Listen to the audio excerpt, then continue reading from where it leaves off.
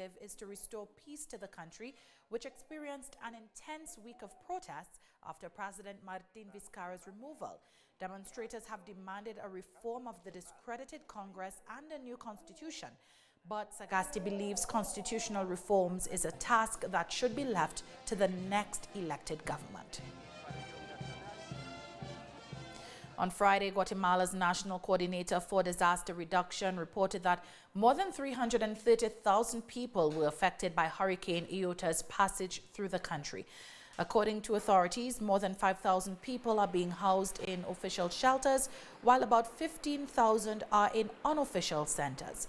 The institution also reported light rainfall in the northern part of the country, sparking concern over the possibility of further flooding. The floods caused by Iota were 1 meter higher than those triggered by the passage of Hurricane Eta. And in northern Honduras, hundreds of people are awaiting help from rescuers as extensive flooding continues following the passage of Hurricanes Eta and Iota. Authorities noted that parts of San Pedro Sula and the capital have been the worst hit. The fire department reported that 16 people had been found dead so far, while rescue workers are still searching for missing persons. Moving on. As Brazilians prepared to mark Black Awareness Day on Friday, videos circulated on social media of a black man being beaten by security guards at a supermarket in the city of Porto Alegre, sparking outrage. According to reports, emergency services attempted to resuscitate 40-year-old João Alberto Silveira Freitas at the scene, but he was already dead after being beaten by 2 white security guards, one of whom was an off-duty cop.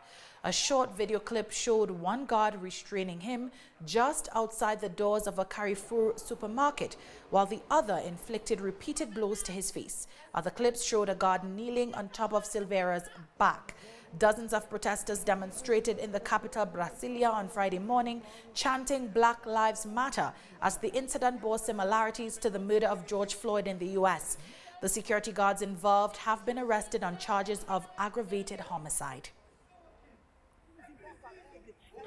What we saw in Porto Alegre is the most despicable expression of structural racism, institutional racism, and how much Brazil still inherits from the heritage of the slave countries operating in the Americas.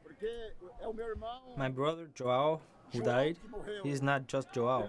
He is part of the black family, excluded from society for 500 years. And we are still here and see these expressions of anger, rage, racism. Haiti's national police has launched an investigation into the possible participation of its officers in the death of an opposition activist during anti-government protests in the capital, Port-au-Prince. The police force will probe complaints from social organizations and human rights defenders who have linked some police officers to the activist's death during the November 18th demonstrations. At least 1 person was shot dead, 3 were injured, and 5 others were arrested during the protests. We have more stories coming up. Don't go away.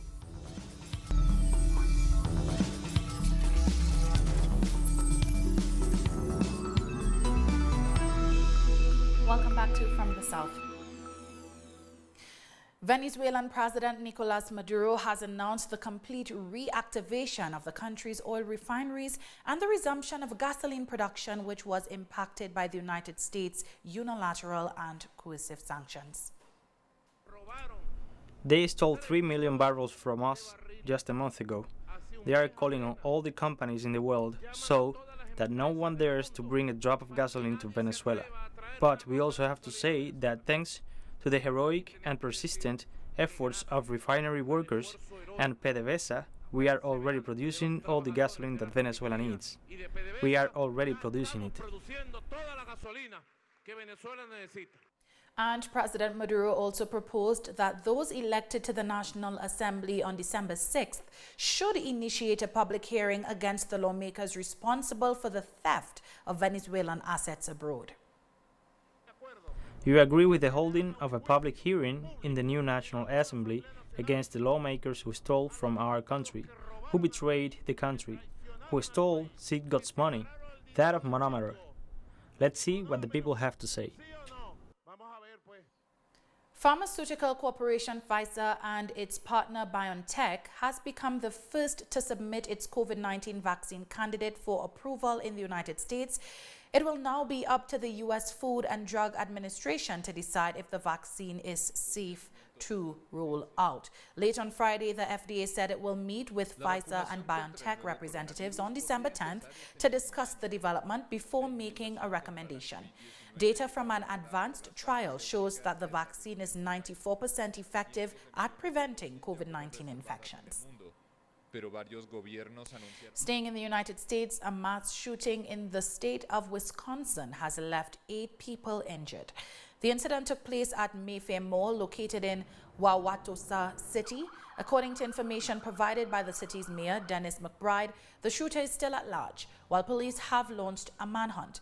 The Gun Violence Archive, a non-profit research group, has tallied at least 38,000 deaths caused by gun violence in the U.S. since the beginning of this year, while at least 570 mass shootings have taken place during the same period. Around 500 asylum seekers, including 85 who tested positive for COVID-19, have been transferred by bus to different centers of the Spanish Red Cross in the Canary Islands. The government will set up emergency camps for up to 7,000 people as part of a response to the high influx of arrivals on the Canary Islands. The plan also involves reinforcing Coast Guard rescue teams in the area. The emergency camps are to be set up within weeks as a temporary solution, while the government readies other facilities for processing arrivals. The plan will cost 84 million euros, which will come from the European Union's funds. We're taking one last break, but stay where you are.